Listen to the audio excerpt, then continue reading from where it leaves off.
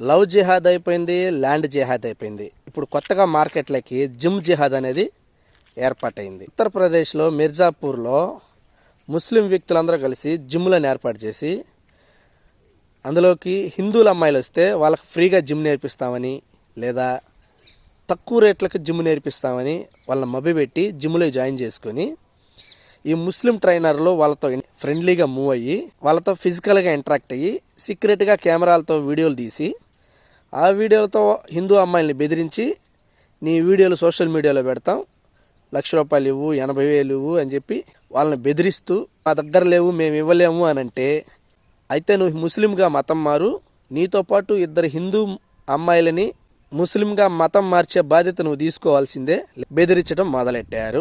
మేము సెక్యులర్లో మాకు మతంతో పని లేదు అని అనుకునే వాళ్ళ గురించి వదిలేయండి, వాళ్ళ ఇంట్లో వాళ్ళు ఎట్టబోయినా మనకు అనవసరం. ఈ వీడియో ద్వారా ఒక్క హిందూ అమ్మాయి కాపాడబడ్డా నా ఈ వీడియోకి న్యాయం జరిగినట్లే.